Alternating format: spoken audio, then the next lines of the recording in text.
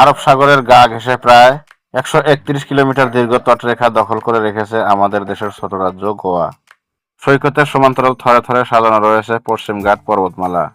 উত্তরে মহারাষ্ট্রের দিকে গোয়ার প্রথম জনপ্রিয় সৈকত আরাম্বোল এবং দক্ষিণে কর্ণাটকের দিকে শেষ সুপরিচিত সৈকত পললেম। তাদের একটি সৌন্দর্য এক রকম। শহরে যেমন থাকার ব্যবস্থা রয়েছে, তেমনি রয়েছে সৈকতে রাত কাটানোর ঢালাও আয়োজন। গোয়ায় কম বাজেটের অনেক হোস্টেল পাবেন। খাবার এবং পানি সেখানে বেশ সস্তা। সময় পেলে গাড়ি, স্কুটার কিংবা জিপে চড়ে সারাদিন গোয়া ট্যুর করে ফেলতে পারেন।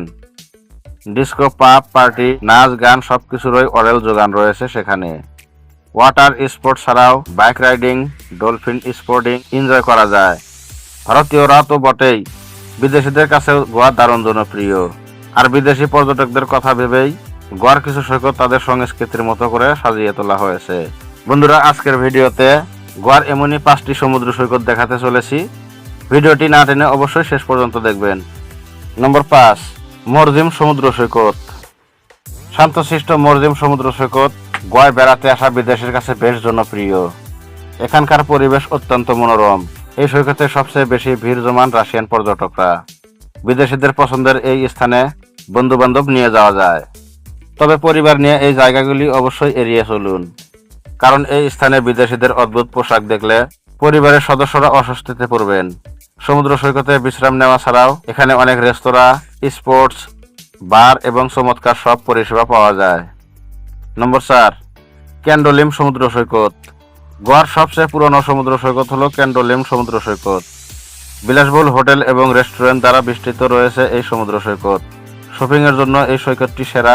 নানা রঙের পোশাক, গয়না ইত্যাদি এখানে পেয়ে যাবেন। এখানকার কয়েকটি আকর্ষণীয় স্থান হলো chapel Saint Lawrence, Aguada fort এবং ক্যান্ডোলিম চার্চ। লাগাম ছাড়া অবসর যাপনের স্বাদ পেতে চাইলে এই সৈকতটি সেরা। তবে হ্যাঁ, ভুলেও এখানে পরিবার সঙ্গে যাবেন না। যে কোনো মুহূর্তে অস্বস্তিকর পরিবেশের মধ্যে পড়তে পারেন। এই স্থানে বহু বিদেশি শ্যাট লেন্স বা বিকিনি পরে সূর্য স্নান উপভোগ করেন। নম্বর 3, অসম সমুদ্র সৈকত।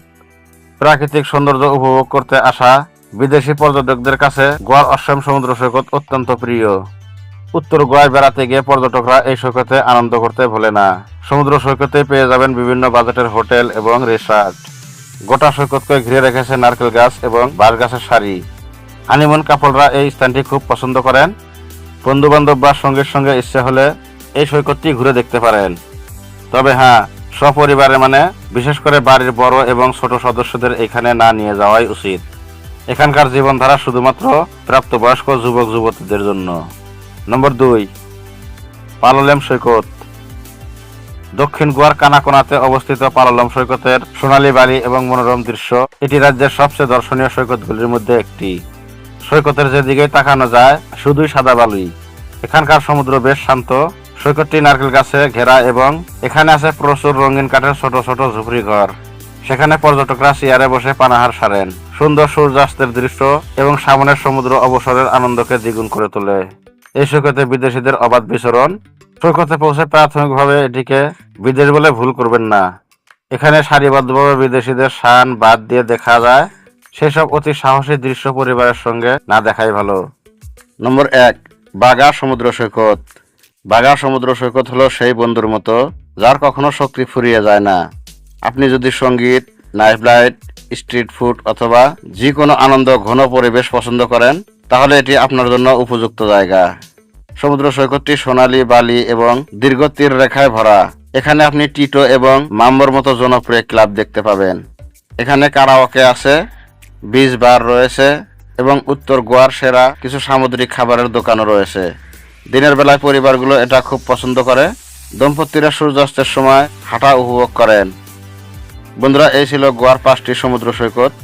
বন্ধুরা, শেষে একটি কথাই বলবো, ভিডিওটি ভালো লাগলে লাইক, শেয়ার, কমেন্ট করতে ভুলবেন না।